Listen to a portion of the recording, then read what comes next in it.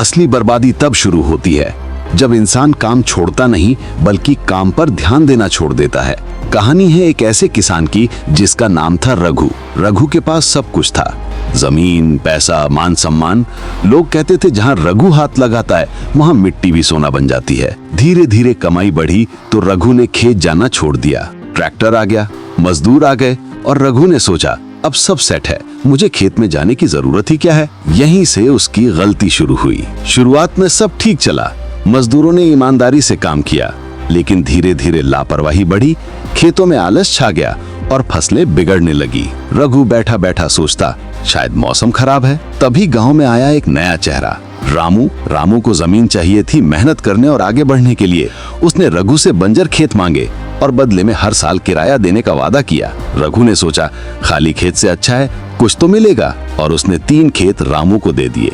अब खेल पलट गया। रामू खुद खेत में उतरता, जुताई करता, खाद डालता, पानी की देखभाल करता, हर पौधे को ऐसे पालता जैसे बच्चा हो। 3 साल बीते, रामू के खेत सोना उगलने लगे और रघु के खेत बर्बाद। खबर फैली, रघु पर इतना कर्ज हो गया कि अब उसे जमीन तक बेचनी पड़ सकती है। तभी रामू उसके पास आया और बोला, भैया उस दिन आपने मुझे खेत दिए थे, अब मैं आपकी मदद करता हूँ, आप अपनी जमीन मुझे बेच दीजिए, पैसे से कर्ज चुका दीजिए। रघु हैरान हुआ, तेरे पास इतना पैसा कहाँ से आ गया? तेरे पास तो सिर्फ 3 खेत थे। रामू मुस्कुराया और बोला, भैया खेत आपके थे लेकिन ध्यान मेरा था।